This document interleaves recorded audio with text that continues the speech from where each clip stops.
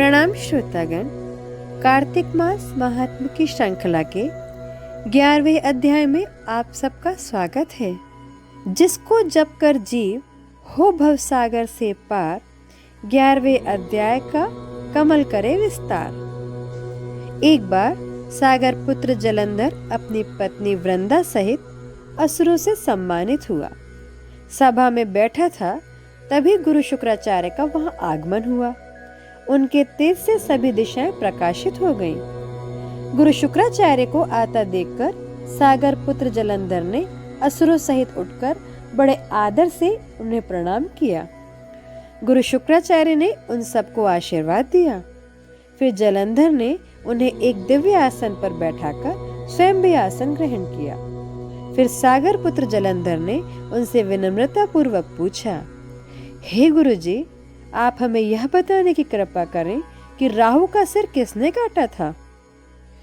इस पर दैत्य गुरु शुक्राचार्य ने विरोचन पुत्र हिरण्यकश्यपु और उसके धर्मात्मा पौत्र का परिचय देकर देवताओं और असुरों द्वारा समुद्र मंथन की कथा संक्षेप में सुनाते हुए बताया कि जब समुद्र से अमृत निकला तो उस समय देवरूप बना राहु भी अमृत पीने बैठ गया।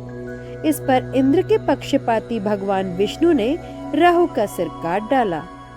अपने गुरु के मुख से इस प्रकार के वचन सुनकर जलंधर के क्रोध की सीमा न रही। उसके नेत्र लाल हो गए।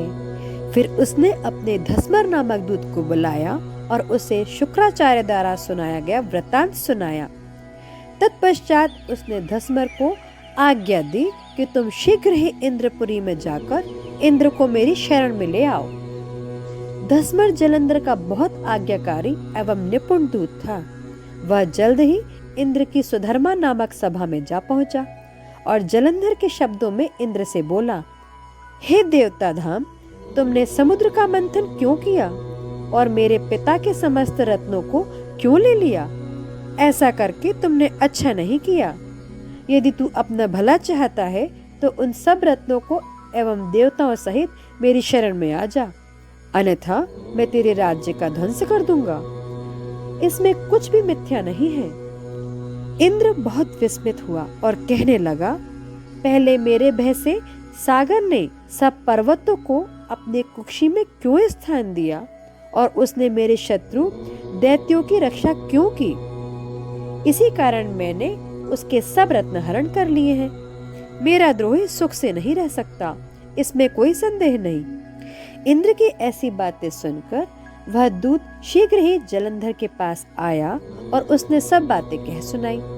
उसे सुनते ही वह दैत्य मारे क्रोध के अपने ओष्ठ फड़फड़ाने लगा और देवताओं पर विजय प्राप्त करने के लिए उसने उद्योग आरंभ किया। फिर तो सब दिशाओं पाताल से करोड़ों करोड़ों दैत्य उसके पास आने लगे। शुभ निशुंभ आदि करोड़ों सेनापतियों के साथ जलंधर इंद्र से युद्ध करने लगा। शीघ्र ही इंद्र के नंदनवन में उसने अपनी सेना उतार दी। वीरों की शंख ध्वनि और गर्जना से इंद्रपुरी गूंज उठी। अमरावती छोड़ देवता उससे युद्ध करने चले। भयानक मारकाट हुई।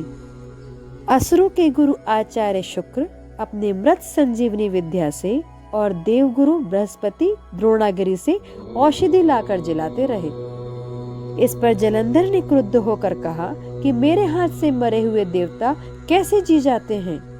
जिलाने वाली विद्या तो आपके पास है। इस पर शुक्राचार्य ने देवगुरु द्वारा द्रोणाचार्य की औषधि लाकर देवताओं को जिलाने की बात कह दी। यह सुनकर जलंधर और भी कुपित हो गया। फिर शुक्राचार्य जी ने कहा, यदि शक्ति हो तो द्रोणागिरी को उखाड़कर समुद्र में फेंक दो, तब मेरे कथन की सत्यता प्रमाणित हो जाएगी। इस पर जलंधर कुपित होकर जल्द ही द्रोणागिरी पर्वत के पास पहुंचा और अपनी भुजाओं से पकड़कर द्रोणागिरी पर्वत को उखाड़कर समुद्र में फेंक दिया। यह तो श्री भोलेनाथ शंकर का तेज था। इसमें जलंधर की कोई विचित्रता नहीं थी। तत्पश्चात यह सागर पुत्र युद्ध भूमि में आकर बड़े तीव्र गति से देवताओं का संहार करने लगा। जब द्रोणाचार्य जी औषधि लेने गए तो द्रोणाचल को उखड़ा हुआ शून्य पाया। वह भयभीत हो देवताओं के पास आए और कहा, युद्ध बंद कर दो, जलंधर को अब नहीं जीत सकोगे। पहले इंद्र ने शिव जी का अपमान किया था। यह सुन देवता युद्ध में जय की आशा त्याग कर इधर उधर भाग गए। सिंधुसुत निर्भय हो अमरावती में घुस गया। इंद्र आदि सब देवता ने गुफाओं में शरण ली।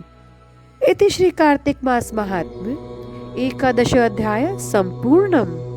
आदरणीय श्रोतागण, अगले अध्याय का वर्णन आपको अगले वीडियो में मिलेगा। इस पवित्र पावन कथा का अधिक से अधिक भक्त लाभ ले सकें, इसलिए आप इसे सब्सक्राइब शेयर अवश्य कीजिएगा। धन्यवाद।